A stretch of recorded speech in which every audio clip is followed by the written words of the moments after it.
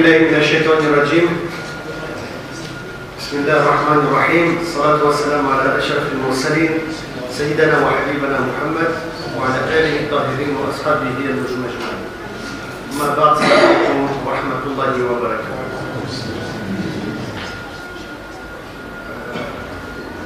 Aujourd'hui, Inch'Allah, on va parler de la bataille de Badr.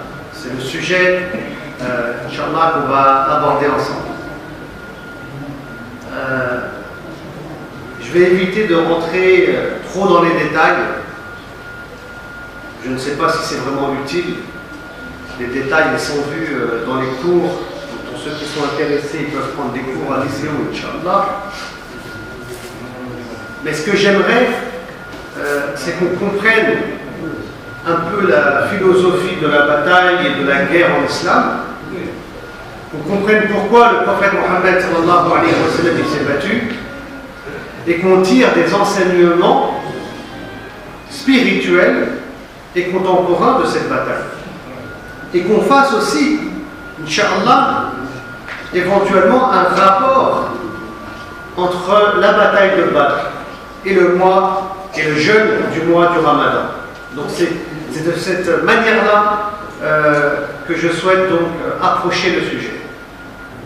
Et donc pour commencer, il est important de rappeler que la bataille de Badr, donc Badr, c'est un lieu, il y a des puits là-bas, un lieu où on faisait une halte, où les caravaniers faisaient une halte. Et c'est là-bas que va avoir lieu la plus grande bataille de l'islam, la première bataille de l'islam, après l'Hégire d'ailleurs, et non pas avant l'Hégire. Donc pour recadrer le sujet, j'aime toujours rappeler que la révélation du Coran, elle s'est faite sur une période de 23 ans. La révélation du Coran, elle s'est faite sur une période de 23 ans. On a 13 années à la Mecque, ensuite on a l'Hégire, la Hijra, et on a 10 années ensuite à Médine. J'aime aussi toujours rappeler que pendant les 13 premières années de la révélation du Coran, de l'islam, tous les versets qui sont révélés nous parlent de deux grands thèmes. La théologie, c'est-à-dire tout ce qui est lié au monde de l'invisible, la foi, l'iman, dans les anges, dans les prophètes, les messagers, Allah subhanahu wa ta'ala, l'au-delà, etc. Donc tout ce qui est lié à la foi. Et tous les autres versets, et ça c'est le deuxième thème, traitent du sujet de la spiritualité. Ce qu'on appellera plus tard Tazkiyatu an-nafs, pour que l'individu purifie son cœur afin de devenir quelqu'un de meilleur. Et donc, c'est ce qu'on appelle la période mécoise. Pendant les 13 premières années de l'islam, on parle de Dieu, de la foi et on parle de spiritualité. Et c'est ensuite, après qu'il y ait eu l'Hégire et que les musulmans, les muhajirines, s'installent donc à Médine, qu'un État va être fondé avec des règles, des lois et un vivre ensemble, bien entendu aussi, puisque à Médine, on n'a pas que la communauté musulmane, qui est d'ailleurs minoritaire au début, mais on a aussi des idolâtres et on a aussi donc des tribus juives. Et c'est à Médine que Allah subhanahu wa ta'ala, comme on va le voir Inch'Allah dans un instant, va donner l'autorisation au messager de Dieu, sallallahu alayhi wa sallam. Si on rajoute une année après la venue du messager de Dieu, on est à 14 ans à peu près après l'Hégire. C'est à Médine que Allah subhanahu wa ta'ala, pour la première fois, donne l'autorisation aux musulmans de se défendre en prenant les armes. Alors, vous voyez, il est important de cadrer le sujet. C'est-à-dire que dans le cheminement vers Allah subhanahu wa ta'ala, prendre les armes, ça n'a jamais été un début, ça n'a jamais été un objectif, ça n'a jamais été la base de l'islam, c'est quelque chose qui est venu bien plus tard. Sachez que Allah subhanahu wa ta'ala, il a même interdit aux musulmans de se défendre quand ils étaient à la Mecque. Alors que les musulmans, ils étaient torturés, ils étaient persécutés, et on a même Soumayya, une femme très célèbre, qui a été tuée par Abu Jahl devant les yeux de son fils. et son fils ne pouvait pas manger sa mère. Et on doit s'interroger pourquoi Allah subhanahu wa ta'ala n'autorise pas aux musulmans de se défendre et pourquoi on oblige, ou plutôt je dirais Allah oblige aux croyants de patienter. Donc pourquoi? Parce qu'il n'est pas possible d'être un bon musulman, d'être un vrai croyant, proche d'Allah, qui va porter le message de l'islam, qui va réformer le monde de la barbarie. Tout ça, c'est pas possible quand le cœur il n'est pas pur, quand le cœur il n'est pas sain et quand la foi en Allah subhanahu wa ta'ala elle n'est pas claire. Ça, c'est la base. Et donc les musulmans, ils ont appris à prendre des coups. Les musulmans, ils ont appris à voir leur père, leur mère, leurs enfants se faire torturer, persécuter, voire parfois tuer. Il fallait qu'ils apprennent la patience en Allah subhanahu wa ta'ala. Comment on peut donner les commandes aux croyants de l'époque du prophète sallallahu alayhi wa sallam alors qu'ils seraient incapables de gérer leur cœur? Ils seraient incapables de maîtriser leur colère, point fondamental dans la spiritualité. Ils seraient incapables de rejeter la haine qu'il peut y avoir dans le cœur. Comment on peut donner le pouvoir, comment on peut donner les armes à des individus tels quels? C'est impossible aux yeux d'Allah subhanahu wa ta'ala. Et donc, c'est plus tard, après l'hégire à Médine, que Allah subhanahu wa ta'ala va donner la possibilité aux musulmans de se défendre, car maintenant, ils ont cette aptitude de se défendre. Et ils savent pourquoi ils se défendent, et ils savent pourquoi ils se battent. Ils ne sont pas téléguidés par leur nafs, mais par quelque chose de plus noble. L'institution l'a revivifié, je dirais, ces valeurs humaines, universelles, nobles, rappelées par Allah subhanahu wa ta'ala. Ça, c'est pas moi qui le pense, bien que je le dise, c'est vérifiable. Ce que je viens de dire est vérifiable et je ne pense pas qu'il y ait une quelconque divergence chez les savants de l'islam. Et c'est ça la voie du croyant. Allah subhanahu wa ta'ala, il est le meilleur des éducateurs. Il est Ar-Rabb, qui veut dire le créateur, mais aussi l'éducateur. Et Allah subhanahu wa ta'ala, quand il a éduqué la meilleure des générations, qui est la génération des compagnons, c'est à travers donc cette structuration de la révélation qu'Allah subhanahu wa ta'ala il les a éduqués. Et donc nous, en tant que musulmans et croyants, on doit aussi suivre cette voie en termes d'éducation. Spiritualité, foi, c'est la base du croyant. Et là aussi, il est nécessaire de rappeler autre chose en parallèle. C'est que le premier verset révélé par Allah subhanahu wa ta'ala, ou je dirais même, excusez-moi, le premier mot révélé par Allah, c'est Iqra, lis. Et dans les 5 premiers versets révélés, et ils sont révélés en même temps, de la sourate 96, Allah dit aussi Alladhi 'allama bil qalam, celui qui a enseigné par la plume. Et donc ça c'est le premier message d'Allah à l'humanité.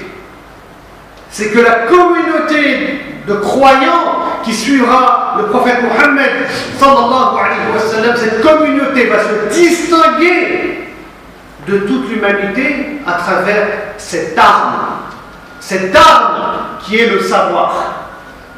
Et le croyant, il avance vers le savoir, il fait la promotion du savoir, et c'est ce qu'a fait le prophète Mohammed sallallahu alayhi wa sallam, qui est illettré dans une région du monde, la péninsule arabique, où les gens sont illettrés, où il n'y a pas de civilisation, où il n'y a pas d'école, on part de rien, on part du sable. Et le prophète Mohammed sallallahu alayhi wa sallam, il va créer cette civilisation.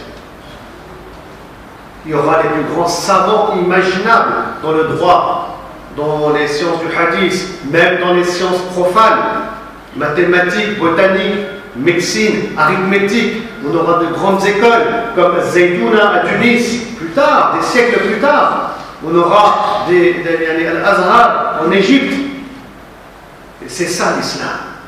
C'est ça l'islam. C'est le savoir.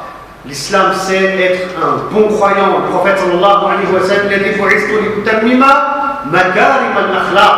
J'ai été envoyé, pourquoi? Pour parfaire les valeurs universelles, les valeurs humaines. Le prophète sallam, il excellait dans toutes ces valeurs-là. Il était à l'apogée, au top dans toutes ces valeurs-là. Et c'est ça qui fait qu'on est des vrais croyants, et c'est ça aussi qui fait que les actes qu'on fera dans la vie de tous les jours, avec nos mains, avec nos pieds, avec notre langue, seront des actes agréés par Allah subhanahu wa ta'ala. Et quand les musulmans à l'époque du prophète sallallahu alayhi wa sallam, ils ont construit en eux, dans leur cœur, cette période mécoise, et bien quand ils ont fait eux aussi des actes avec leurs mains, avec l'épée, c'était des actes qui étaient en harmonie avec ces versets qui traitent donc de la purification du cœur. Donc les actes étaient en harmonie avec ces versets, ces actes étaient en harmonie avec aussi donc avec les valeurs les plus belles, les plus humaines et les plus universelles qu'il peut y avoir. Et d'ailleurs on verra, on peut en parler maintenant d'ailleurs, pourquoi on verra, alhamdoulilah on est lancé, qu'en islam quand on se bat il y a une éthique. Et oui, du coup il y a une éthique. Et le prophète sallallahu alayhi wa sallam en parle. D'ailleurs, c'est les grandes règles de la guerre en islam. Il est interdit de tuer les femmes. Il est interdit de tuer les enfants. Parlons même pas des êtres humains. Il est interdit, parce que c'est tellement basique et normal, il est interdit de tuer des animaux. Il est interdit de tuer des plantes, de détruire la végétation. Il est interdit de détruire des lieux de culte. Il est interdit aussi de tuer toute personne. Parler des moines à l'époque qui s'étaient isolés dans le désert pour adorer Dieu. Maintenant, on se pose la question quand on se bat, qui on tue? Qui on tue quand on se bat en islam à l'époque du prophète sallallahu alayhi wa sallam? Qui on tue? On tue uniquement celui qui a les armes à la main, qui fonce vers toi, qui est en train de t'attaquer. Il n'y a que lui que tu peux tuer. Mais quand on analyse la vie du prophète sallallahu alayhi wa sallam, je vais vous dire quelque chose. Quand on analyse la vie du prophète sallallahu alayhi wa sallam, c'est que même là, si tu peux ne pas tuer, alors ne tue pas. Pourquoi? Parce qu'on est la religion de Iqra. Le prophète Mohammed sallallahu alayhi wa sallam est un rasoul. Il porte une risala, un message. En tuant un ennemi qui vous veut du mal, qui a des armes, si tu le tues, c'est comme ça chez le prophète sallallahu alayhi wa sallam, et bien il va aller en enfer. Donc tu as perdu quelque part. C'est-à-dire que là on est dans une daroura, dans une nécessité extrême et absolue, soit c'est toi, soit c'est lui. Et même là, si on peut, on ne tue pas. Vous savez, il y a une recherche qui a été faite au centre de recherche de Sira à Médine, avec qui moi-même et donc il y a une association à laquelle j'appartiens, on travaille ensemble, hein, en partenariat. Donc, voilà, je suis vice-président d'une association qui s'appelle l'Institut Sira. Je vous parlerai un peu de deux travails qu'on a produits qui sont en vente en dehors de la mosquée. Donc il y a un gros travail qui a été fait par le centre de recherche de Sira dans la ville donc, de Médine. Et à travers ce gros travail, la conclusion à laquelle on a abouti, c'est que dans toutes les batailles qu'il y a pu y avoir, on parle de peut-être 30, 40, 50 expéditions, on parle de plusieurs grandes batailles. Combien de morts il y a eu en tout? Ça, c'est une question importante. Ils ont fait des gros travaux dessus, et alhamdoulilah, j'ai eu accès à ces travaux, j'ai lu ces travaux, j'ai analysé ces travaux, j'ai revisité un peu aussi hein, pour voir s'il n'y a pas des erreurs. On est arrivé au résultat de 400 morts. 400 morts. Et dedans, il y a aussi bien les musulmans que les non-croyants qui combattaient les musulmans à l'époque qui ont été inclus. Ça, c'est le total. 400 morts dans toutes les batailles du prophète Mohammed sallallahu alayhi wa sallam. Ce qui est rien par rapport aux batailles qu'il y aurait eu. Mais ce qui est très logique et normal. Parce que la guerre et le sang qui coule n'est pas l'objectif du croyant, n'est pas l'objectif du musulman, n'est pas l'objectif du prophète Mohammed sallallahu alayhi wa sallam.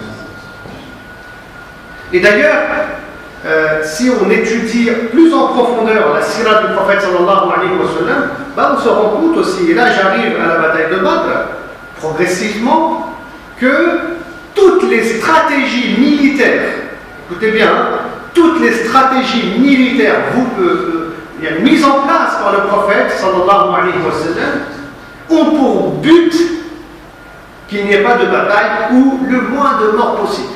Et c'est pour ça d'ailleurs que lors de plein d'expéditions, le prophète sallallahu alayhi wa sallam, il part avec une armée et souvent il les attaque par surprise, comme ça ils n'ont pas le temps de s'organiser et ils partent. Et il n'y a pas de bataille. Non. Souvent il n'y a pas de bataille. Très souvent même il n'y a pas de bataille. Et d'ailleurs le prophète du coup sallallahu alayhi wa sallam, il pouvait lui-même attaquer le premier. Il attaquait parfois le premier. Pourquoi l'effet surprise? Pour qu'il n'y ait pas de mort. C'est arrivé qu'il y ait un mort parfois maximum. Et les gens mal intentionnés, ainsi que les ignorants, vont dire quoi? Ah bah regardez Mohammed, c'est lui qui attaque les gens. Regardez Mohammed sallallahu alayhi wa sallam, il veut propager par l'épée, l'islam par l'épée. Non, il n'est pas en train de propager l'islam par l'épée. Et si c'était le cas, je le dirais ici fièrement. Non. Le prophète sallallahu alayhi wa sallam, jamais il aurait fait ça et jamais il voudrait faire ça. Je vous ai dit, il attaque en premier, là il faut bien analyser la vie du prophète sallallahu alayhi wa sallam, les expéditions et les batailles, ce que je fais depuis plusieurs années, et on conclut très facilement que l'idée est d'attaquer en premier et l'ennemi s'éparpille. Parfois il laissait leur bien derrière. Le prophète sallallahu alayhi wa sallam, il saisissait ses biens, et là on peut se dire, et on l'entend malheureusement, ah bah regardez les musulmans, tout ce qui les intéresse c'est le butin, ils attaquent pour s'enrichir, mais non. Le prophète sallallahu alayhi wa sallam, très souvent il saisissait les biens, et très souvent, là, c'était une règle d'ailleurs qu'on pouvait trouver chez lui, il attendait que l'ennemi revienne à lui pour discuter. Soit ils devenaient musulmans, alhamdulillah, et tant mieux pour eux, soit ils ne le devenaient pas, et là, bien entendu, chacun est libre de croire ou de ne pas croire, mais par contre, le prophète sallallahu alayhi wa sallam, il imposait quelque chose, la paix. Et s'ils tendaient vers la paix, le prophète sallallahu alayhi wa sallam, il restituait leurs biens. Donc il faut vraiment, et j'insiste dessus, bien lire les batailles, bien analyser les batailles du prophète sallallahu alayhi wa sallam. Donc j'ai fait quand même une très longue introduction pour vraiment recadrer le sujet. Le problème c'est le cadre, il n'est souvent pas présent. Donc le prophète sallallahu alayhi wa sallam, maintenant vous allez mieux comprendre certaines choses, il est à Médine, Allah subhanahu wa ta'ala va lui donner donc l'autorisation de se défendre. Et là, on a le verset 39 de la sourate 22 qui est révélé, où Allah subhanahu wa ta'ala dit toute autorisation de se défendre est donnée aux victimes d'une agression qui ont été injustement opprimées. Et Dieu a tout pouvoir pour les secourir. Et Dieu a tout pouvoir de les secourir. J'insiste sur la fin de ce verset. Dieu a tout pouvoir de les secourir. Parce qu'encore aujourd'hui, des musulmans pensent que l'avenir il est entre leurs mains et que la victoire et la réussite elle est entre leurs mains. Celui qui pense ça n'a rien compris à l'islam et doit retravailler sa relation à Allah subhanahu wa ta'ala. Tout est entre les mains d'Allah subhanahu wa ta'ala et ça justement, on va l'appuyer dans le daf d'aujourd'hui. Donc c'est Allah qui va secourir. Donc l'autorisation va être donnée. Alors qu'est-ce qu'il va faire le prophète sallallahu alayhi wa sallam? Regardez bien, je vous ai dit, la stratégie, toujours, elle est réfléchie de cette manière-là, on ne tue pas. Et le prophète sallallahu alayhi wa sallam, avant de prendre les armes et avant de se battre, il met en place une autre stratégie. Parce qu'en face de lui, il a les Qurayshites qui sont à la Mecque, c'est-à-dire environ à 450 km dans le sud de Médine. Et les Qurayshites, comme je vous l'ai expliqué, ils étaient hostiles, ils ont torturé, ils ont tué. Et bien le prophète sallallahu alayhi wa sallam, la stratégie qu'il met en place, c'est d'attaquer leurs caravanes commerciales qui vont de la Mecque vers le nord, donc pas loin de Médine, pour aller jusqu'à Byzance, le territoire byzantin, c'est-à-dire au Cham à l'époque.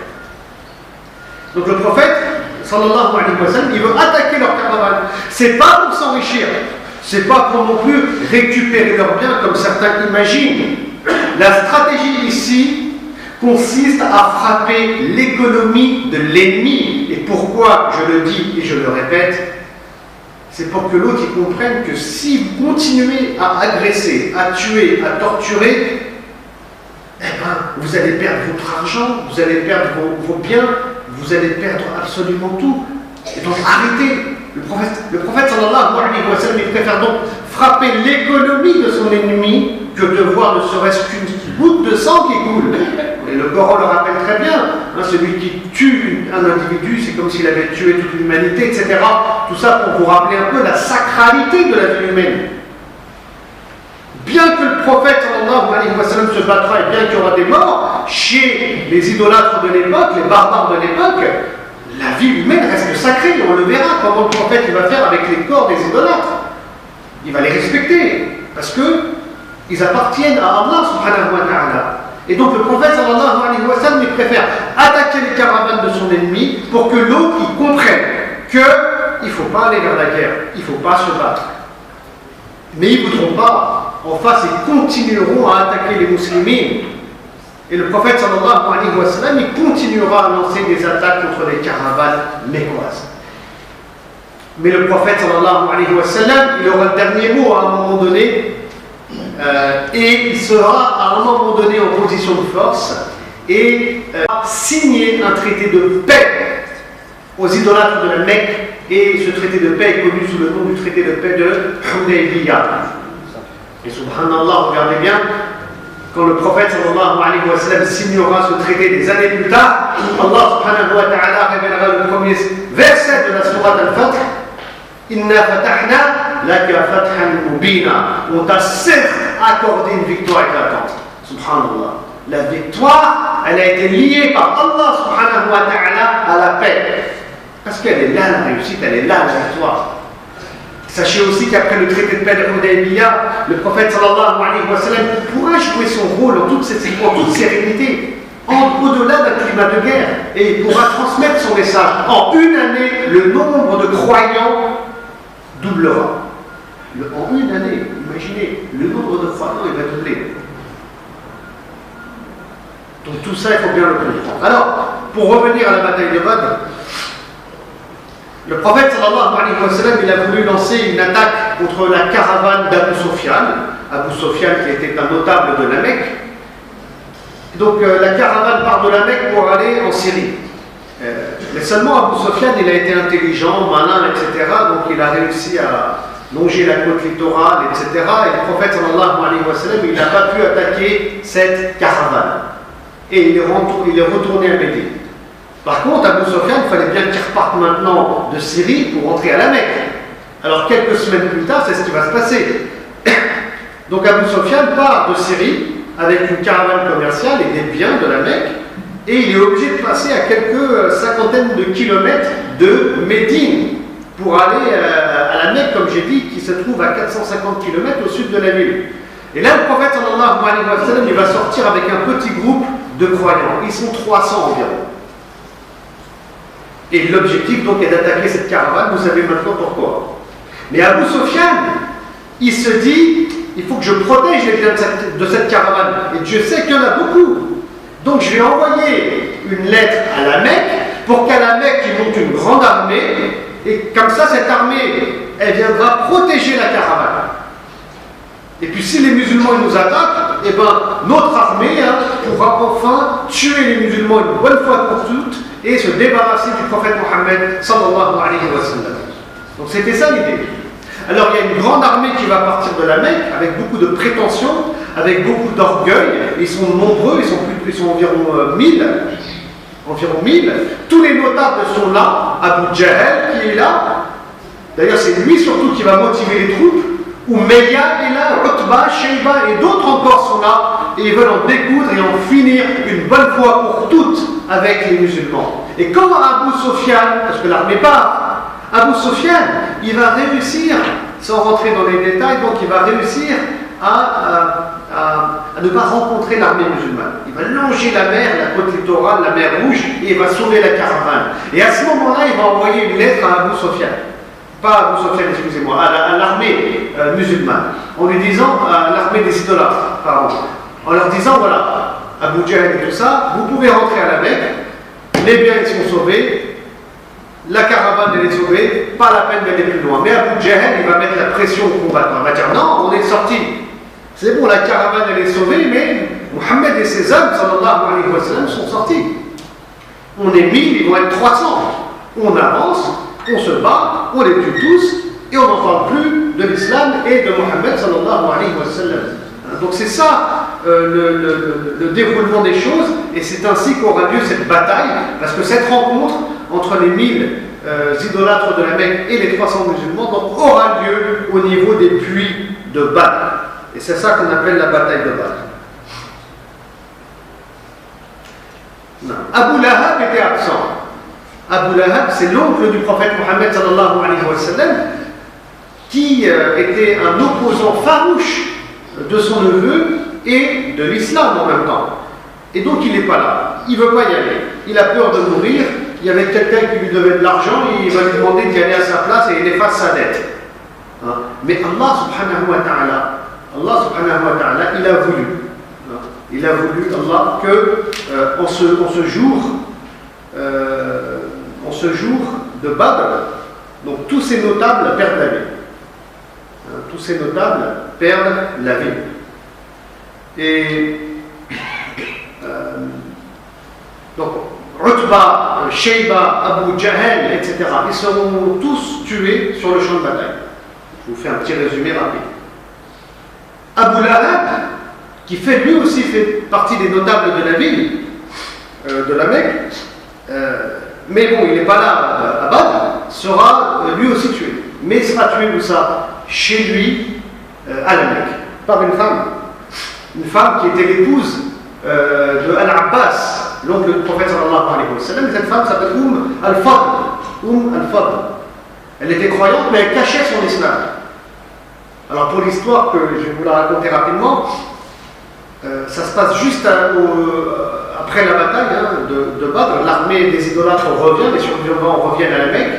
Ils vont aller voir Abu Lahab, ils frappent à sa porte, ils lui disent voilà, on a perdu, on ne sait pas ce qui s'est passé. Il y avait des hommes habillés en blanc. Je reviendrai sur ces hommes habillés en blanc tout à l'heure. Ce sont des anges.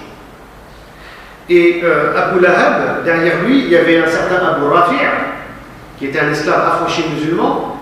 Et puis on avait Al-Fadl, l'épouse de Al-Abbas. Et Abu Rafi', en même temps, il était esclave affranchi, mais de Al-Abbas. Et Abu Rafi' va dire c'était les anges, il est content. Et Abu Lahab, il le regarde comme ça, il va commencer à le frapper.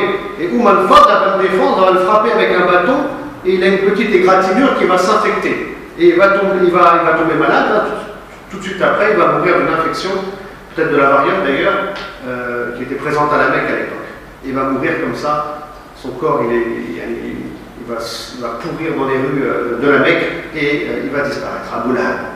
Pourquoi je vous parle de ça? Parce que vraiment, Allah subhanahu wa ta'ala, quand il nous parle de la bataille de Badr dans le Coran, il appelle ça Yawm al-Furqan. Yawm al-Furqan.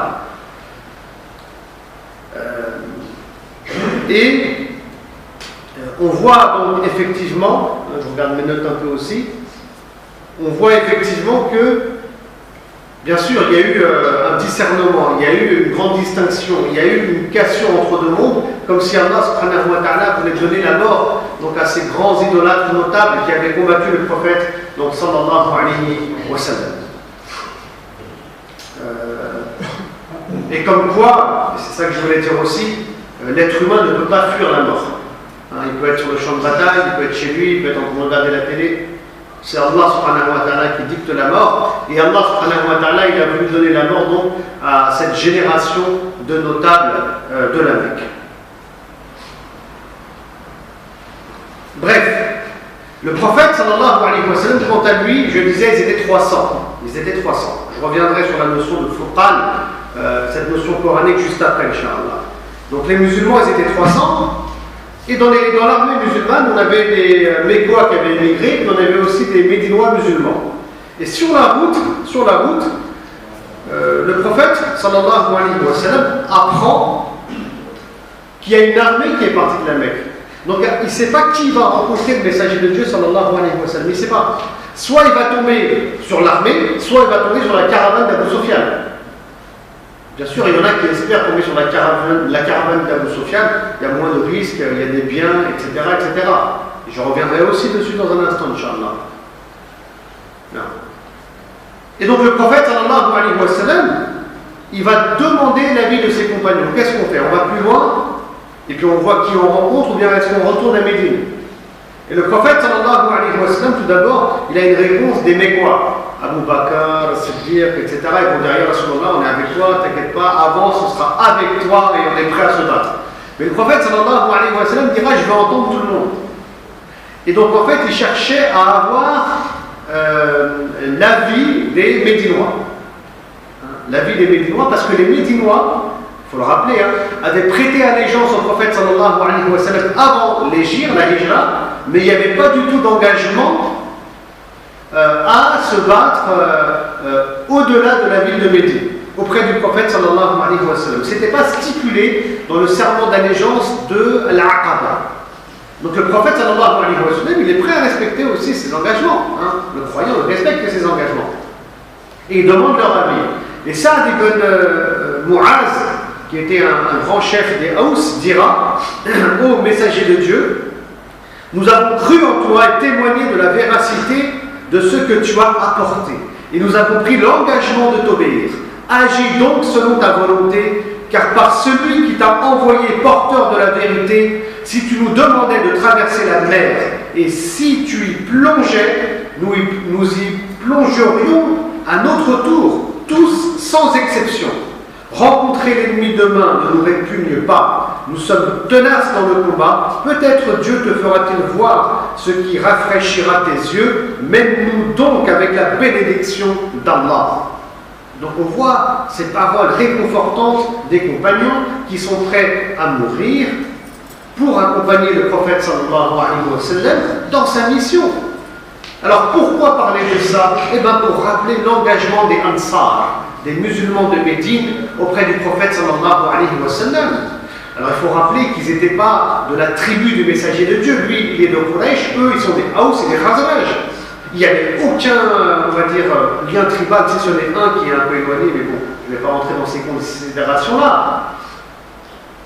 Et donc ils se sont engagés à suivre Allah subhanahu wa ta'ala. Ils se sont engagés à protéger le prophète sallallahu alayhi wa sallam. Et on sait que quand les musulmans sont venus de la Mecque et se sont installés à Médine, ils ont donné parfois des terrains, ils ont ouvert les portes du commerce, ils les ont logés aussi, ces Ansar. Et donc ils ont fait leur preuve dans la foi et ils ont clairement soutenu Allah subhanahu wa ta'ala et son messager sallallahu alayhi wa sallam. Et c'est pour ça d'ailleurs que le prophète sallallahu alayhi wa sallam, même après la libération de la Mecque, il restera à Médine, c'est là-bas qu'il mourra, c'est là-bas qu'il est enterré, et que la ville de Médine est un lieu saint, une ville aimée par l'ensemble des croyants.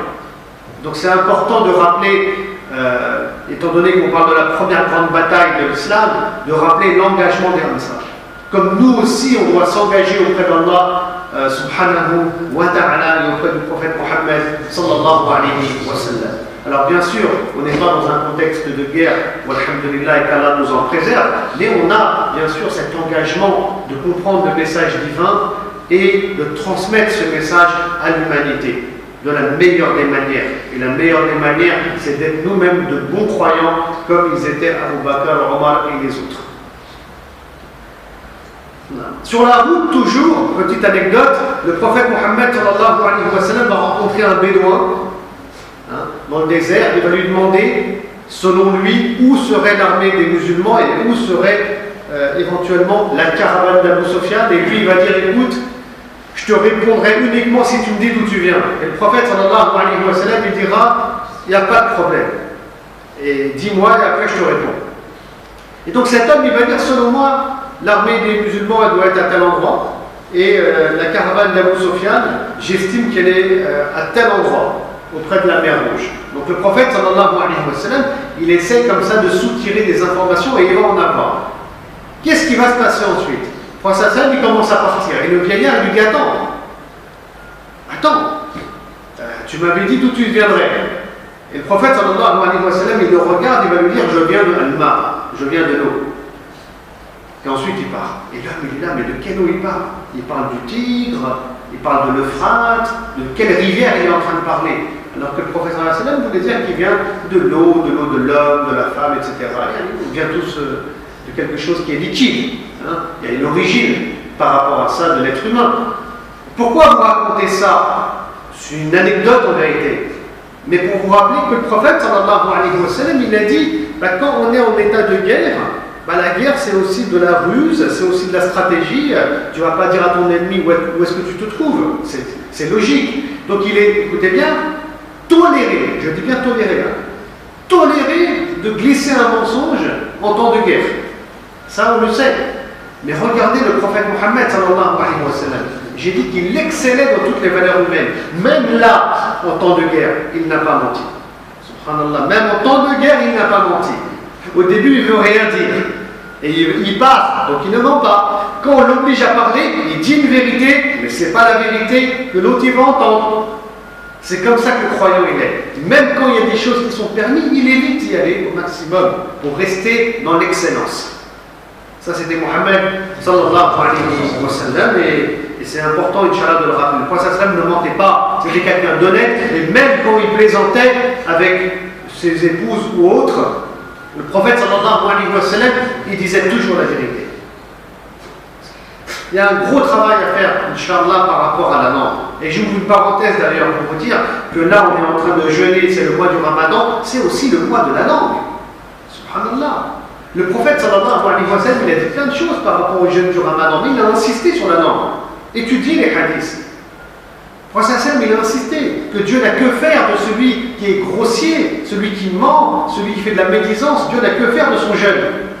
Donc il ne faut pas qu'on soit dans le jeûne du ventre, mais aussi il faut qu'on pratique le jeûne de la langue. Et ça, c'est le jeûne de ceux qui sont dans les degrés hauts, le degré al-iman, le degré al-ihsan, et c'est important ça. Sinon, on va jeûner et on n'aura pas de récompense au bout, subhanallah. On aura un peu de récompense. Donc, c'est important que le musulman, pendant le mois du Ramadan, il ne fait pas que ne pas boire et ne pas manger. Non, il va éduquer sa langue. C'est le mois de l'éducation et essentiellement, c'est pas moi qui le dis, c'est le prophète qui a insisté dessus, l'éducation de ce muscle qui peut mener à la catastrophe, la langue. Donc, Inch'Allah, que chacun d'entre nous fasse des efforts. On a même des savants qui ont dit que ton jeûne serait annulé. Imaginez si tu calomniais, si tu faisais de la médisance pendant ton jeûne, comme Ibn Hazm al-Andalusi de l'école Zahirite, etc. Bon, c'est un cas un peu isolé, vous me direz, hein, mais ça montre aussi la gravité qu'il y a par rapport au sujet. Quant aux autres, ils ont dit que le jeûne, on avait massacré la récompense. Même qu'on l'avait détruite entièrement la récompense du jeûne. Et ça serait dommage qu'on jeûne et qu'on n'éduque pas notre langue. N'oubliez pas ce que dit Allah subhanahu wa ta'ala par rapport au jeûne du Ramadan. Il dit la'allakum tattaqoun, afin que vous atteigniez la taqwa, qui est cette piété, ce niveau de conscience qui va nous amener à obéir à Allah et à ne pas lui désobéir, à l'évoquer, à ne pas l'oublier, etc. Comme disait Abdullah ibn Mas'ud radiyallahu ta'ala anhu. Donc la langue. Il faut qu'on s'élève à ce degré où était le prophète Mohammed sallallahu alayhi wa sallam, qui même en temps de guerre donc ne ment pas.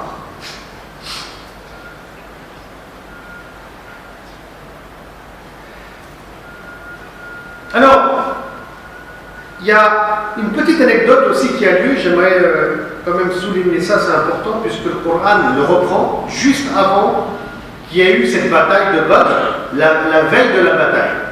Le prophète sallallahu alayhi wa sallam, il a envoyé quelques compagnons au puits de Badr pour aller chercher de l'eau. Donc on était à peu près à une nuit, enfin, on était à quelques heures de marche des puits de Badr, et le prophète sallallahu alayhi wa sallam, il était dans sa dernière halte avant la bataille. Ces compagnons-là, ils vont capturer deux idolâtres qui étaient en train de prendre de l'eau. Deux idolâtres de la Mecque.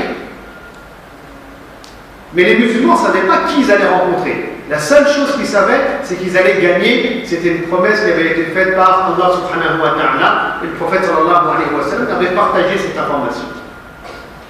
Donc les deux idolâtres qui sont capturés, c'est simple. Soit ils appartiennent à la caravane d'Abu Sufyan. Ce prophète ne sait pas qu'il a réussi à partir, etc. Ça c'est moi qui le dis parce que vous connaissez les informations. Soit ces deux idolâtres, ils appartiennent à l'armée qui est partie de la Mecque. Soit c'est l'un, soit c'est l'autre. Donc il les capture tous les deux, il les ramène dans le camp des musulmans. Le prophète sallallahu alayhi wa sallam, il était en train de prier.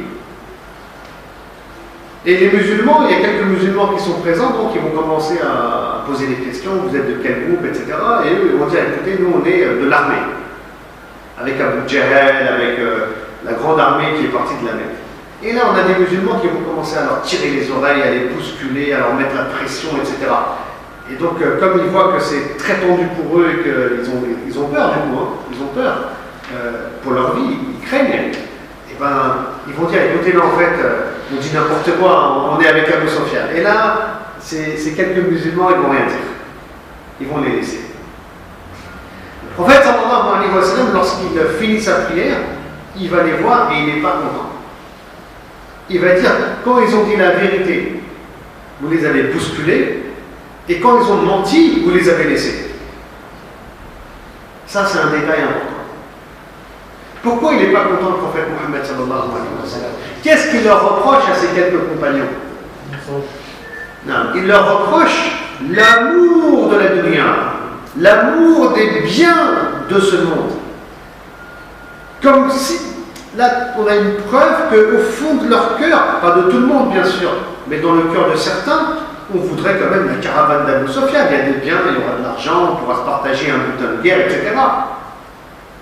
Et ça, avec toutes les années qui sont passées d'éducation, le prophète sallallahu alayhi wa sallam, quand il voit ça, bien entendu, ça va le mettre un peu en colère. Sachez que ça va être repris par Allah subhanahu wa ta'ala, cette attitude-là, après la bataille. Et j'aimerais insister dessus. Parce que des erreurs et des fautes ont été commises par les musulmans, pas tous bien sûr, pendant la bataille de Badr. Et une des fautes qui va être commise, on peut en parler maintenant, c'est que la bataille, elle ne sera même pas terminée, qu'il y a des musulmans qui vont poser leurs armes, ils vont commencer à ramasser le butin, ils vont commencer à capturer certaines personnes, certains combattants pour en faire des prisonniers, parce qu'ils savent qu'on pourra échanger selon la tradition de la Jahiliya, etc. Donc ces prisonniers contre des grandes rançons, des sommes d'argent, etc. Alors que la bataille n'est pas du tout terminée. Ça aussi, ça va être repris par Allah subhanahu wa ta'ala. Pourquoi s'empresser à ramasser les butins? Donc il y a encore l'amour des biens terrestres dans nos cœurs. Allah subhanahu wa ta'ala, il révélera un verset sur ce sujet-là, versets 67 et 68 de la sourate 8 du Coran. Je traduis: il n'appartient nullement à un prophète d'avoir des prisonniers jusqu'à ce qu'il ait prouvé par les armes sur terre: vous voulez cette vie et c'est bien éphémère, et Dieu veut pour vous l'au-delà, et Dieu est puissant et sage. Bien sûr, il faut recadrer ces versets-là à travers donc cette compréhension que j'ai expliquée tout à l'heure. Donc vous voulez cette vie et c'est bien éphémère, et Dieu veut pour vous l'au-delà. Et là, il ne faut pas qu'on se dise mais non, on ne peut pas dire ça, c'est des compagnons, machallah. Non, il y a des erreurs qui sont faites. Il faut être clair par rapport à ça. Il n'y a pas de problème. Il n'y a que les anges qui ne commettent pas de faute. Sachez-le. Allah subhanahu wa ta'ala, il a dit à Adam de ne pas manger du fruit, et il a mangé, il s'est même repenti par la suite. Donc la faute, elle est humaine. Le problème, c'est quand tu ne te repens pas. Le problème, c'est que tu te montres orgueilleux devant Allah subhanahu wa ta'ala. Et les compagnons du prophète sallallahu alayhi wa sallam, ils ont été éduqués depuis le premier jour par Allah subhanahu wa ta'ala. Ils partent de très très loin, d'une sacrée jahiliya. Ils connaissaient la barbarie, ces gens-là. Il n'y avait pas d'éthique, pas de comportement, rien. Les règles à l'époque, c'était la vengeance, le meurtre, c'est tout. Et donc, ils partent de très loin, ils ont besoin d'être éduqués, et c'est Allah subhanahu wa ta'ala qui éduquera les musulmans, les compagnons, à chaque instant, lors de chaque événement, avec donc la révélation du Coran. Et ils seront éduqués d'ailleurs avec l'histoire de Aïcha, vous la connaissez sûrement, l'histoire de la calomnie. On a la sourate An-Nur qui va être révélée. Parmi les gens qui avaient calomnié Aïcha, on avait Mistah, son cousin, qui pourtant fait partie des combattants de Badr. Donc l'erreur est humaine. L'erreur est humaine, et le meilleur d'entre nous, c'est celui qui reconnaît ses fautes et qui va faire l'effort pour changer, Inch'Allah. Mais alhamdulillah, l'élite, elle est là. Le prophète Mohammed sallallahu alayhi wa sallam, il est là, dans l'armée musulmane. Abu Bakr as-Siddiq, Omar et d'autres sont présents, Hamza et d'autres sont présents auprès du prophète sallallahu alayhi wa sallam. Donc il y a une élite des croyants. Les savants de l'islam, les ulama, ils ont créé des catégories, il faut le savoir ça, chez les compagnons. L'élite, on parle de peut-être 100 compagnons, ou une centaine de compagnons. Alors que lors du pèlerinage d'adieu, selon des recherches qui ont été faites, encore une fois, dans le centre de recherche de Sira à Médine, peut-être qu'ils étaient 40 000, les musulmans, lors du Hajj du prophète sallallahu alayhi wa sallam. Ensuite, les meilleurs des compagnons, c'est Al-Awwalin al-Sabirin. Tous ceux qui se sont convertis dans la période mécoise et dans les premières années peut-être à Médine. Et ensuite, on peut rajouter Al-Badriyoun, les combattants de Badr. Donc, il ne faut pas être étonné qu'il y ait eu aussi des erreurs. Mais dès lors que, et là j'insiste dessus, dès lors que vous avez des gens pieux, sincères, honnêtes, qui restent accrochés aux valeurs prônées par Allah subhanahu wa ta'ala et par le Coran dont je vais parler, alors la victoire elle est acquise. Et la réussite elle est là. Parce que Allah subhanahu wa ta'ala il intervient. Allah subhanahu wa ta'ala il envoie ses anges. Et la réussite elle est assurée. Même si on est 300 contre 1000, c'était le cas lors de la bataille de Badr. Et tant qu'il y aura, Inch'Allah, des gens pieux dans notre communauté, des gens qui sont proches d'Allah subhanahu wa ta'ala, qui pensent, qui réfléchissent comme le veut Allah, qui purifient leur cœur, qui adorent Allah subhanahu wa ta'ala, et bien Allah subhanahu wa ta'ala sera avec nous. Le jour où il n'y aura plus personne, attendez-vous au châtiment, attendez-vous à la fin des temps même. Et c'est possible. On ne va pas s'attarder sur les hadiths qui parlent du fait que les ulama ils meurent, ils s'en vont, et c'est ça qui va aussi retirer le savoir de notre communauté. Enfin bref, c'est un autre sujet.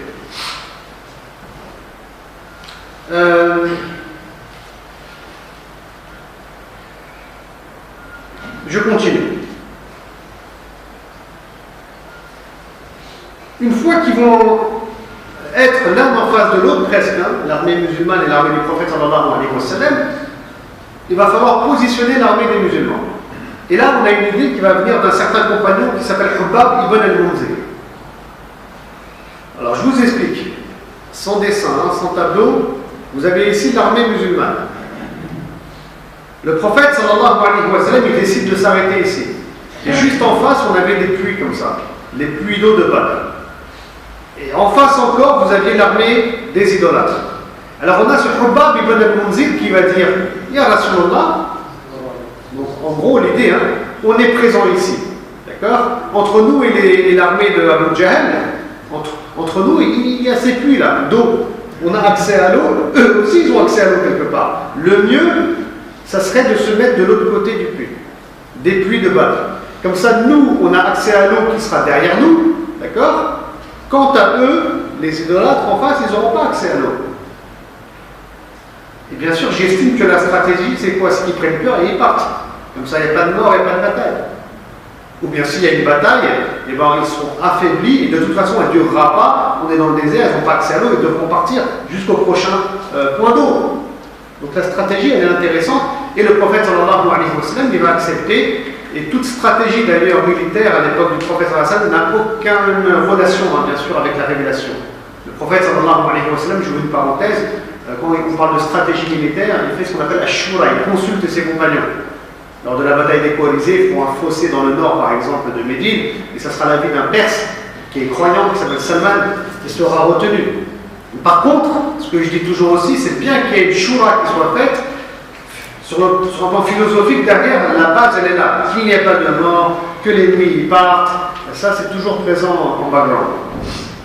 Alors, comment les choses se sont passées maintenant, précisément? Qu'est-ce qu'il a dit Hubbab ibn al-Munzir? J'aimerais ici commenter un peu ces paroles. Il va dire au prophète, parce que le prophète sallam, au début, il a une idée, et Hubbab, pour lui, ce n'est pas la bonne stratégie.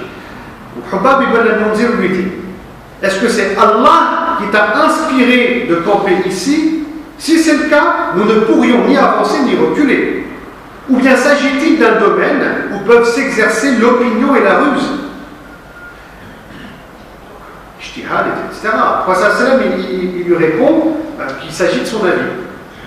Et là, Hubbab, il va lui dire, dans ce cas-là, voilà, on bouge l'armée ici, l'eau elle est derrière, etc. Comme je vous ai expliqué il y a 2 minutes. Alors, en quoi c'est important tout ça? En quoi c'est important? Hubab, il est en train de dire, voilà, Muhammad, sallallahu alayhi wa sallam, il y a deux personnes en toi. Il y a l'être humain, l'homme qui donne un avis. Et on a le messager de Dieu, le prophète. Si ça vient d'Allah, ce que tu es en train de dire, en fait, il a dit, vous vous mettez ici, vous ne bougez pas, ce sera l'endroit fixé par le messager de Dieu. Si ça vient d'Allah, cette idée, cette stratégie, alors on ne parle pas, on ne discute pas, on n'a rien à dire. Sami'na wa ata'na. C'est comme ça qu'il est le croyant d'ailleurs, c'est comme ça qu'il est le musulman. Mais si ça vient de toi, c'est juste ton avis, écoute, on a d'autres avis et peut-être que c'est plus intéressant. Et le prophète, il précise ici. Comme quoi les compagnons, vous avez vu, ils sont en train d'apprendre, ils savent que tu as le prophète, tu as le prophète être humain, donc des fois c'est facile à distinguer, là c'est pas facile, mais comme j'ai dit, les ulama après ils diront, quand c'est des stratégies militaires, c'est Muhammad sallallahu alayhi wa sallam, l'être humain qui parle. Non. Et c'est pas le prophète qui parle. D'une part. Mais ensuite, regardez bien. Il dit, si ça vient de Dieu, alors on se soumet et on suit. Mais est-ce que c'est Dieu qui a parlé? Est-ce que c'est Dieu qui a parlé? Est-ce que c'est Dieu qui a dit, Allah qui a dit on va mettre l'armée comme ça? Non, c'est Muhammad. C'est Muhammad sallallahu alayhi wa sallam.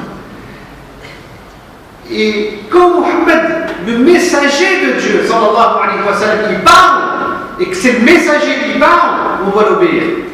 Parce qu'Allah dit, Ati'u Allah wa ati'u Rasul. Obéissez à Allah et obéissez au messager. Et donc le compagnon et les compagnons obéissaient au messager parce que ça vient d'Allah derrière.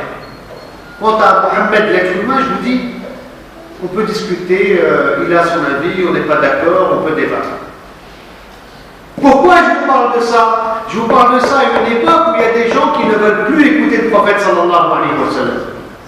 Je vous parle d'une époque maintenant dans laquelle on vit et qu'on traverse, où des musulmans, avant c'était des non-musulmans, mais des musulmans maintenant, prennent les paroles du prophète sallallahu alayhi wa sallam et la jettent à la poubelle, la jettent à la corbeille, et ils disent c'est qu'un homme qui parle. Non, c'est pas qu'un homme qui parle. Parfois on a l'homme qui parle, qui donne son avis, mais vous avez aussi un messager qui parle et qui s'exprime, et le messager on doit le suivre, et c'est ce qu'on appelle et qu'on définit aujourd'hui chez les savants la sunna du prophète Mohammed sallallahu alayhi wa sallam et le hadith. Donc on ne tombe pas dans ces bêtises-là, dans ce piège-là, à une époque, encore une fois, où je vous dis, où on a des individus musulmans, c'est ça qui est d'ailleurs le plus grave, le plus choquant et le plus triste, qui veulent jeter la sunna du prophète sallallahu alayhi wa sallam à la corbeille. Vous savez pourquoi? Pour réformer l'islam. Cet islam qui ne plaît pas. Cet islam qui porte des valeurs humaines et universelles qui ne plaisent pas à certains lobbies d'ailleurs. Je ne vais pas m'attarder dessus. Ou à certaines anfous. Parce que si on jette la sunna du prophète sallallahu alayhi wa sallam à la poubelle, croyez-moi, on peut faire dire au Coran ce qu'on veut. Parce que les versets du Coran, ils sont très mujmal, comme on dit. Ils portent des sens qui sont multiples. Différents, multiples, très ouverts, etc. D'ailleurs, le Coran ne nous dit pas comment on fait la prière, mais il dit qu'il y a la salat à faire et elle est obligatoire. Donc dès lors qu'on ne prend que le Coran, on peut lui faire dire ce qu'on veut. Et on peut faire du musulman un pantin. Et de tout temps, alhamdulillah, ce n'est pas quelque chose de nouveau. Il y a certains aussi qui voudraient dire que ça date d'il y a peut-être 30-50 ans avec la naissance de ce qu'on appelle aujourd'hui le salafisme, que la sunna elle a été considérée par les musulmans. Non, pas du tout. Il faut relire la risala de l'imam al-Shafi'i, rahimahullah, qui statue de manière claire. Personne ne s'y oppose parce que tout le monde est d'accord à son époque, et on est dans le 1er siècle de l'islam, que en termes de réflexion, de référence, après le Coran, on a la sunna du prophète sallallahu alayhi wa sallam. Donc c'est pour ça que ce petit détail-là, il nous importe. C'est Mohammed qui parle, c'est pas Allah le Coran, c'est pas Allah dans le Coran, c'est Mohammed sallallahu alayhi wa sallam qui parle, les compagnons les suivent. C'est sami'na wa ata'na, on ne va pas discuter de ça. Qu'Allah subhanahu wa ta'ala nous préserve de tous ces égarements, et j'espère que, Inch'Allah ta'ala, la situation des musulmans et de notre communauté va s'améliorer. Alhamdulillah, on a des ulama, des gens qui ont étudié, des gens qui sont savants, qui en même temps portent une grande piété, qui portent le savoir, qui sont warathatul anbiya, donc les héritiers des prophètes. Je ne vous demande pas de les suivre aveuglément, bien entendu qu'on a un esprit critique aussi, parce que ce sont des êtres humains, mais on ne peut pas remettre en cause, subhanallah, des choses aussi basiques que suivre la sunna authentique du prophète sallallahu alayhi wa sallam. Et demain, on va dire quoi? Le Coran, il a été écrit, mais après la mort du prophète. Je dis ça, mais croyez-moi, Wallah azim, et Allah il est témoin, des musulmans disent ça aujourd'hui. Que le Coran, il a été écrit après la mort du prophète sallallahu alayhi wa sallam, comme la Bible. Position orientaliste qu'on connaît, qui aujourd'hui commence à naître dans notre communauté. Ce qui me met très en colère, bien entendu. On soit attentif et qu'Allah subhanahu wa ta'ala il nous guide. Je ne dis pas qu'il préserve sa religion, parce qu'Allah il préservera sa religion. Allah subhanahu wa ta'ala il préservera sa religion, mais est-ce qu'il va nous guider, il va nous préserver nous? Et c'est là où on doit faire des doigts pour nous, Inch'Allah. Ensuite aura lieu la bataille de Badr. Avant de parler de la bataille de Badr, remarquez aussi quelque chose, c'est que le prophète sallallahu alayhi wa sallam fera beaucoup d'invocations. Parce que la victoire, elle n'est pas entre les mains du croyant. La victoire, elle n'est pas entre les mains du musulman. La victoire, c'est Allah qui l'accorde à qui il veut parmi ses serviteurs, parmi ses créatures, musulmans ou pas musulmans. C'est Allah subhanahu wa ta'ala. Et le prophète sallallahu alayhi wa sallam, il l'a bien compris. Il est le messager de Dieu. Il a éduqué les croyants sur cette aqidah-là. La aqidah, c'est ça, la confiance totale et absolue en Allah. Se tourner vers lui pour l'invoquer, lui faire confiance, savoir que même si on perd, c'est un bien pour nous. Et si on gagne, c'est un bien pour nous. Mais soyons attentifs, tout vient d'Allah. Donc il va invoquer Allah, il va dire: oh mon Dieu, les Quraysh, autant les vaniteux sont là, te défiant et traitant de menteur ton messager. Oh mon Dieu, accorde-moi la victoire que tu m'as promise. Je t'implore, oh mon Dieu, pour que tu leur apportes la défaite. Parce que Allah, il a promis la victoire à son messager. Mais il faut étudier la vie du prophète, sallallahu alayhi wa sallam. Seul croyant, comment les gens ils se doutent de lui. Abu Lahab, à chaque fois qu'il est à côté, qui est en train de crier, ne l'écoutez pas, c'est un menteur. Revenez sur sa vie, comment il a jeté des pierres quand il parle de Taïf, il est dans le désert, il ne sait même plus quoi faire, et il invoque Allah subhanahu wa ta'ala, qui lui a promis la victoire. Mais il y a des conditions à respecter pour la victoire. Il y a des conditions à respecter pour arriver à la réussite. Ces conditions, elles sont dans le Coran. Et parmi ces conditions-là, on a le fait d'invoquer Allah subhanahu wa ta'ala. Parmi ces conditions-là, je vais vous dire aussi, au-delà d'invoquer Allah, on a aussi la patience, le sabr. Inna Allah ma'a sabirin. Certes, Allah il est avec ceux qui patientent. On a aussi al-thabat, la persévérance. On a aussi al-ta'a, l'obéissance d'Allah subhanahu wa ta'ala lorsqu'Allah nous éprouve. Ça, c'est les conditions de la réussite en islam selon le Coran et non pas selon des études américaines.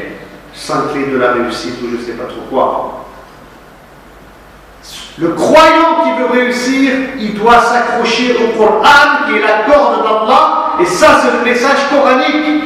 La patience, la persévérance, l'obéissance d'Allah subhanahu wa ta'ala. L'invoquer et vous verrez, tout changera autour de nous. Tout changera autour de nous.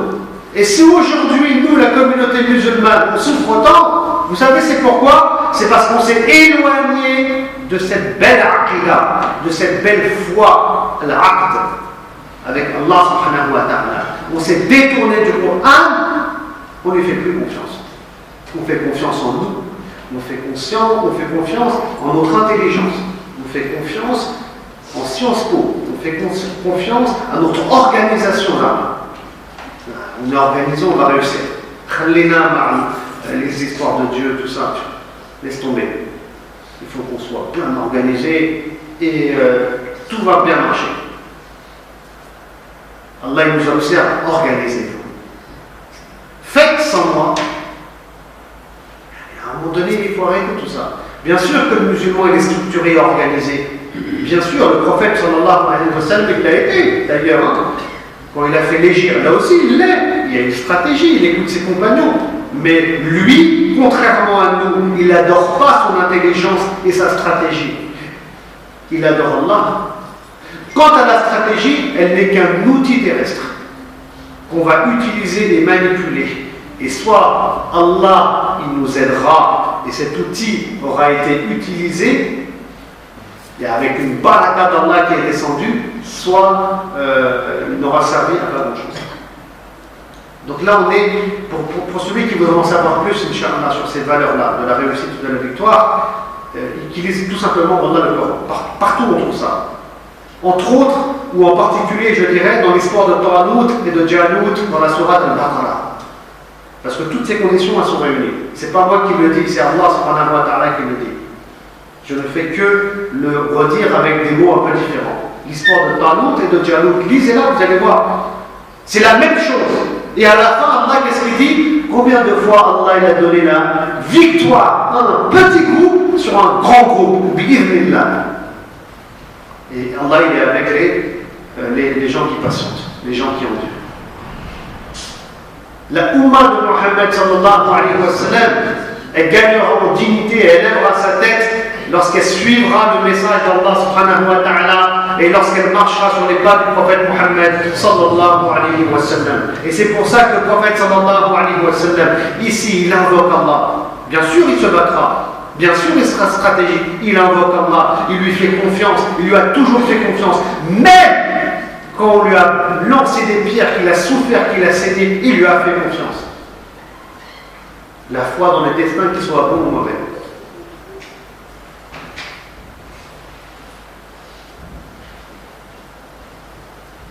Lors de la prise de la Mecque, le prophète sallallahu alayhi wa sallam, Fath Mecca, il sera sur sa chamelle Qaswa. Qu'est-ce qu'il va faire? Ouais, j'ai gagné.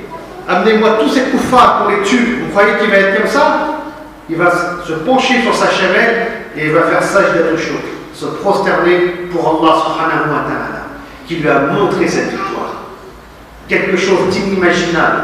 Quelque chose qu'il ne pouvait pas comprendre. Le jour où il était dans le désert, Abu Talib qui est mort, Khadija qui est décédée, on lui jette des pierres, on n'a pas foi en lui, on lui crache dessus. Et aujourd'hui, il arrive avec ses œuvres et il est toujours vivant. Vous imaginez tout ça en une vie, c'est impossible, hein? C'est un miracle. Et là, il rentre victorieux, respecté, comme ça à la Mecque. Il se prosterne devant Allah. Ça, c'est la grandeur d'Allah. Ce qu'il fait, on n'en a pas conscience. Ce qu'il fait, Wallah, on ne peut pas le comprendre. C'est trop parfait. C'est le plan divin. Soit on s'inscrit dans le plan divin, soit on fait des doigts pour qu'Allah nous utilise, soit on passe à côté.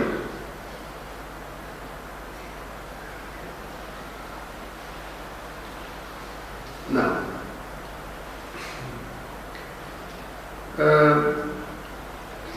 Quand le musulman il patiente, et c'est ce qui se passera à la bataille de Badr, quand il patiente, quand il est persévérant, quand il obéit, etc., j'ai dit qu'Allah il intervient. Il intervient comment? Avec les anges. Entre autres avec les anges, bien sûr. Et Allah subhanahu wa ta'ala, il révélera après la bataille de Badr, je vais vous aider d'un millier d'anges, déferlant les uns à la suite des autres.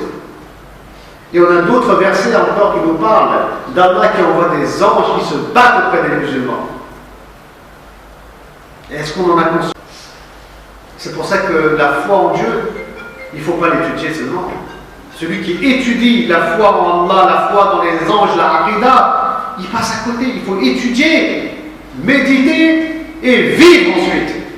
C'est ce qu'ils ont fait les croyants à l'époque du prophète sallallahu alayhi wa sallam. La foi, il faut y goûter, il faut l'expérimenter, il faut la vivre. Et Allah il a envoyé des anges par milliers qui se sont battus auprès du prophète sallallahu alayhi wa sallam.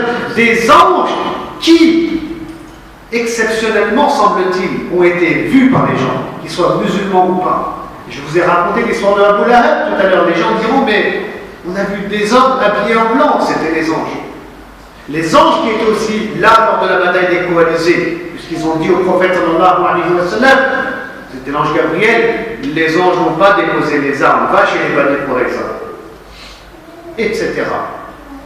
Et c'est ça, quand on patiente, quand on est sur les rails spirituellement, dogmatiquement, Allah il envoie ses anges, il les fait descendre. Et quand les anges sont là, ça n'a plus rien à voir. Il crée de la peur dans les cœurs des ennemis. C'est ce qui fera le prophète sallallahu alayhi wa sallam pendant la bataille, entouré de ses compagnons, avec certains qui ont des défauts, comme j'ai dit. Le prophète sallallahu alayhi wa sallam, il prendra de la terre, du sable avec des pierres et il lancera ça en direction de ses ennemis. Allah il dira Wa ma ramayta iz ramayta walakin Allah rama. C'est pas toi qui as lancé lorsque tu as lancé, c'est Allah qui a lancé. Muhammad sallallahu alayhi wa sallam, c'est l'homme d'Allah. Il porte la foi, la piété, la sincérité, les doigts. Tout ce que je suis en train de dire, il le vit au niveau de l'excellence. Comme dit le hadith Qudsi, jusqu'à ce qu'il devienne, jusqu'à qu'il marche. Jusqu'à qu'il devienne la main avec laquelle je prends, les pieds avec lesquels il marche, etc. Là, on est en train de vivre à l'ihsan. C'est comme ça qu'il est le prophète sallallahu alayhi wa sallam. Il lance, et Allah il dit Wa ma ramayta walakin Allah rama. C'est Allah qui a lancé. Quand il a fait ce geste symbolique, mais c'est symbolique, Allah il a mis de la peur dans les cœurs de ses ennemis. Allah il les a aveuglés par ce symbole-là, parce que les anges sont là, c'est les anges qui font le travail. Quant au prophète, il fait juste un acte symbolique. C'est ce niveau de foi qu'il faut essayer, Inch'Allah, de viser et d'atteindre. Et qu'on ne me dise pas que ce n'est pas possible. Wallah, c'est possible. Vous savez pourquoi? Parce que tout ce que je dis, c'est dans le Coran. Et que le Coran, il a été révélé Hudan lil muttaqin, comme guidé pour ceux qui portent la taqwa. Le Coran, c'est un livre qui guide les croyants. Donc c'est possible. Sinon, Allah il dirait des choses qui ne nous intéressent pas. Donc c'est pour nous. Et il faut l'expérimenter, et il faut le vivre. Et le jour où on reviendra à ce que Allah subhanahu wa ta'ala attend de nous, alors Allah il nous donnera la réussite et la victoire. La vraie. Pas celle qui est superficielle. La vraie réussite.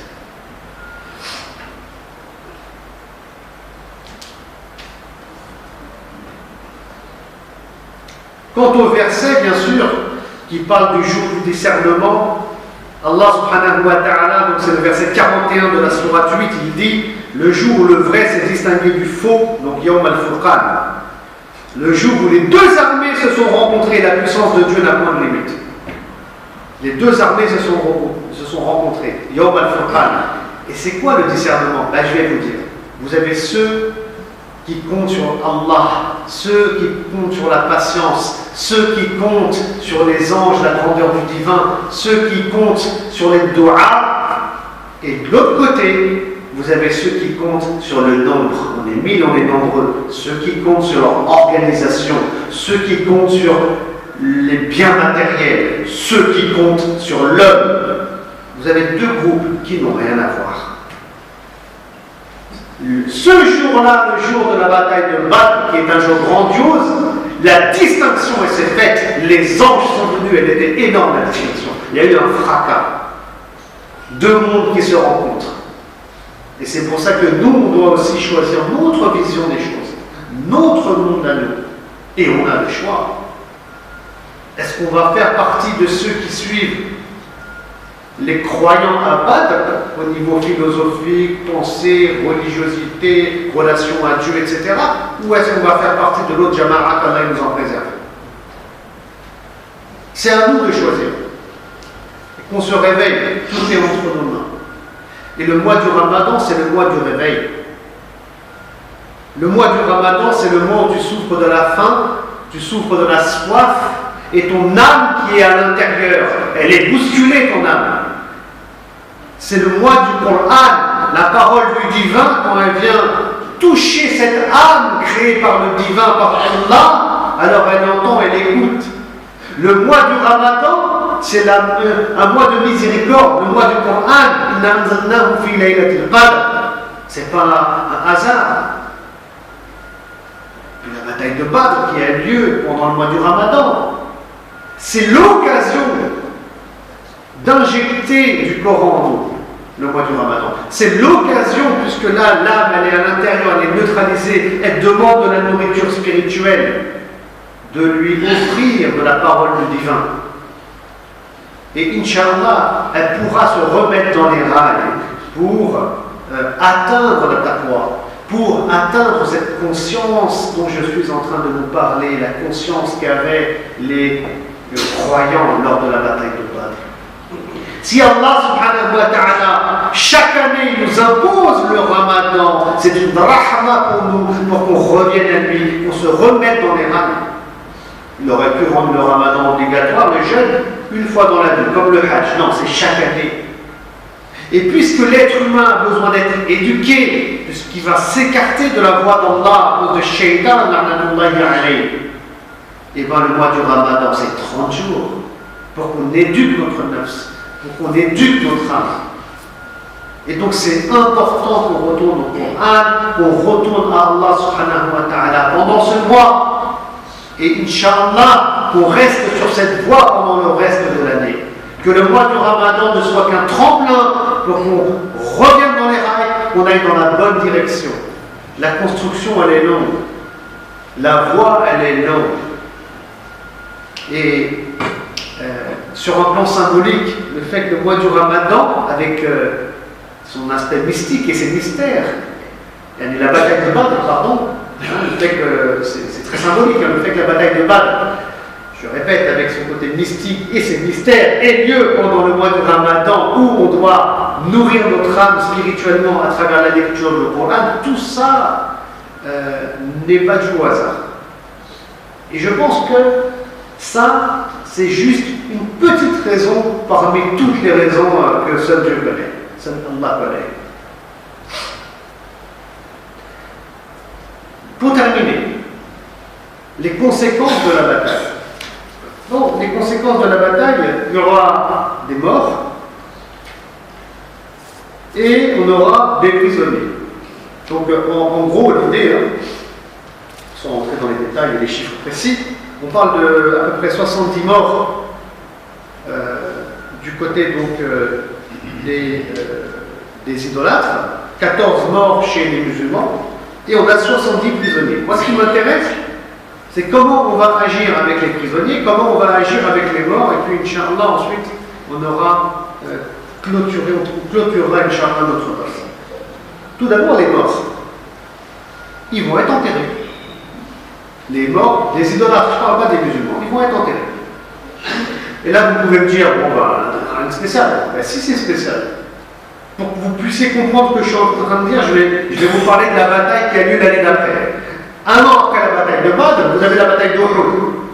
Il y aura aussi des morts.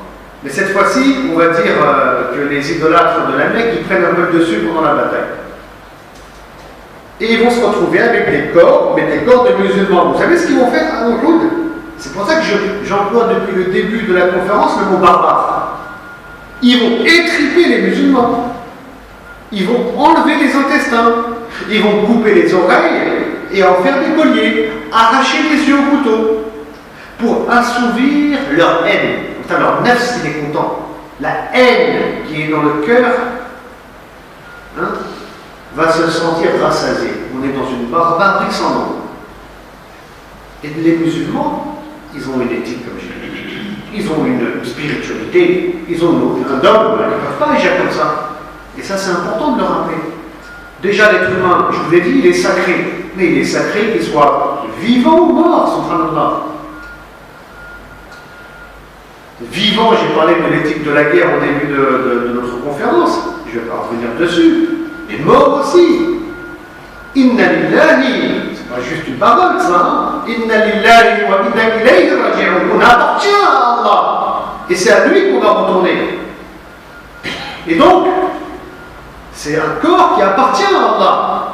C'est une créature d'Allah. Tu l'enterres avec dignité. Et c'est Allah qui jugera ensuite. Nous, on ne va pas juger. On ne s'est pas battu pour juger. D'ailleurs, comme j'ai dit tout à l'heure, on ne se battait pas parce qu'on a jugé un individu. C'était l'extrême, on n'avait plus d'options et c'était malheureux. Ce n'était pas ça qui est voulu et ce n'est pas ça le hadaf, le but de la guerre en islam.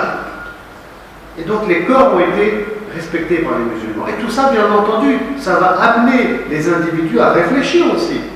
Les Arabes de l'époque, ils vont s'interroger, mais oui, c'est vrai qu'il y a un certain comportement, il y a une certaine éthique, une foi. C'est intéressant l'islam comme religion, mais bien entendu, c'est difficile d'y adhérer à l'époque, étant donné qu'on a beaucoup à perdre sur le plan politique, tribal, économique, etc. Bref, c'est encore notre sujet. Quant aux prisonniers, bien entendu, les prisonniers, pareil. On ne va pas les torturer, on ne va pas les persécuter, tout ça, c'est un haut niveau de haram. C'est des êtres humains. Le prophète Hassan, il se bat, je l'ai dit pourquoi il se bat, je ne vais pas me répéter, Inch'Allah. Et donc, quand il a des prisonniers devant lui, la logique, elle veut que le prophète, sallallahu alayhi wa sallam, il a un bon comportement avec eux, une bonne attitude avec eux. Et c'est ce qu'il va faire. Il va ordonner à ses compagnons de bien les nourrir, de bien les entretenir, etc. D'avoir un magnifique comportement avec eux, même s'ils t'ont combattu, même s'il a tué ta mère, même s'il a tué tes parents. Ils le peuvent. Ils ont atteint ce degré de spiritualité et de foi. Pourquoi? Parce que le bon comportement avec la personne qui est en face de toi, surtout si c'est un ennemi qui t'a combattu, et bien ça attendrit les cœurs. La générosité du musulman, l'amour du musulman envers l'être humain, toutes ces choses-là attendrissent les cœurs, ça ouvre les cœurs. Et c'est ce qu'il veut le prophète sallallahu alayhi wa sallam. Voilà, n'oubliez jamais ça. Le prophète, il avait une arme redoutable. C'était le bon comportement avec autrui. Parce que ça attendrissait les cœurs. Et les gens se tournaient vers Allah, ils se tournaient vers l'islam quand ils voyaient cette belle religion, non pas seulement théorique, mais pragmatique, avec des actions, avec des institutions, etc. C'est ça qu'on doit construire. Donc les prisonniers ont été bien entendu bien traités, ils n'ont pas été humiliés. Ça c'est hors de question. Ensuite, et je termine, le prophète, il y a des versets qui vont être révélés, pour faire un peu le tour du sujet, Inch'Allah, le temps passe aussi, et moi-même je dois partir bientôt. Allah subhanahu wa ta'ala, donc, enfin bref, il y a des prisonniers, donc il va falloir traiter ce sujet-là. Qu'est-ce qu'on fait des prisonniers? Allah subhanahu wa ta'ala, il va révéler le verset 4 de la sourate 47, libérez-les ensuite, soit par pure générosité de votre part, soit contre une rançon. Donc, je ne voudrais pas m'attarder sur ce sujet-là, mais je vais quand même le développer, mais très brièvement et très rapidement, et je m'en excuse. C'est que quand on a des prisonniers de guerre, donc dans l'islam, ça c'est à l'époque du prophète sallallahu alayhi wa sallam, le chef de l'État musulman, c'est à lui de choisir la stratégie à adopter, bien entendu, pour qu'on puisse arriver à la paix, parce que c'est ça l'objectif. Donc, soit tu libères gracieusement les prisonniers, parce que ça peut marcher, et les gens ils peuvent tendre vers la paix, avec cet aspect amical et fraternel, soit tu vois que l'autre, il veut absolument pas la guerre, et il veut la paix, pardon, et il veut que se battre, et donc là tu imposes une somme très très importante pour libérer les prisonniers, soit une somme plus modeste, enfin bref, tout ça c'est de l'ordre de la politique. Mais cette politique, encore une fois, musulmane a toujours pour objectif, voilà, j'insiste, d'arriver vers la paix. Sulh Hudaybiyah. Je ne dis pas ça parce qu'il faut dire ça, bien entendu. Je dis ça parce que c'est une réalité prophétique. Je répète, étudiez bien ça, le traité de paix de Hudaybiyah. Inna fatahna laka fathan mubina. Et le prophète sallallahu alayhi wa sallam, ici, il mettra une clause aussi, éventuellement, pour ceux qui n'ont pas les moyens, ou ceux qui n'ont pas les moyens, ils ont une autre option, mais qui savent lire et écrire, c'est d'enseigner la lecture et l'écriture à 10 enfants de Médine. Parce qu'on n'oublie pas non plus que le plus important, c'est le savoir, le plus important, c'est le Coran, c'est un livre, il va falloir le lire, l'étudier, le méditer, etc. Et donc le prophète sallallahu alayhi wa sallam, il met aussi en place, à son niveau, avec ses moyens, des petites dynamiques pour l'enseignement. Pour apprendre l'enseignement, l'écriture, la lecture à des enfants de Médine. Et donc il y a aussi une politique qui a été menée par rapport donc, à la sortie de l'illettrisme. Voilà, je pense avoir fait un peu de tour, comme je vous ai dit, pour ne pas rentrer dans tous les détails. Barakallahu fikum. savez, ça fait déjà 1h20, presque 30 qu'on est en train de parler. L'idée, comme j'ai dit, c'est pas de parler des détails de la bataille de Badr. Je le fais moi, vous savez ça, je donne un cours dessus qui doit faire dans les 4 heures peut-être, ou 3 heures, je ne sais plus. L'idée, c'est de recentrer le sujet de la guerre en islam, on l'a largement fait au début de la conférence, c'est de parler des facteurs de la réussite, de la victoire en islam, dans le Coran, chez le prophète sallallahu alayhi wa sallam, c'est de recréer ce cadre qui n'est pas un cadre utopique. Moi j'y crois. Et même si je devais être tout seul à y croire, mais alhamdulillah je ne le suis pas, je serais heureux. Et l'essentiel, moi je dis toujours, l'essentiel, c'est pas dans la vie de réussir, c'est d'avoir Allah avec soi, c'est ça le plus important. Le résultat, Wallah, il ne m'incombe pas et il ne faut pas qu'il nous incombe. Ce qui doit être le plus important, Allah il est avec moi, oui ou non. Allah il fera le reste. Il a toujours, Allah, géré cette planète, les êtres humains, les communautés. Allah, c'est lui. Alam tara kayfa fa'ala rabbuka bi ashabil fil. Ne vois-tu pas comment ton Rabb il a fait avec les gens? C'est Allah qui fait. C'est Allah l'acteur. C'est Allah, c'est tout. Barakallahu fikum pour votre attention. Et, alors dehors, je l'ai dit un peu tout à l'heure. Donc en 2 mots, on a un institut qui s'appelle l'Institut Sira, on fait des expositions sur la vie du prophète sallallahu alayhi wa sallam qui sont ouvertes à tout le monde, musulmans, pas musulmans, etc. Peu importe, nous l'objectif qu'on a c'est de présenter Mohammed sallallahu alayhi wa sallam de la meilleure des manières et on est toute une équipe. Moi je suis vice-président de l'association qui existe depuis plusieurs années, je les ai rejoints récemment. Alhamdulillah, on a une équipe formidable qui ne cesse de s'agrandir.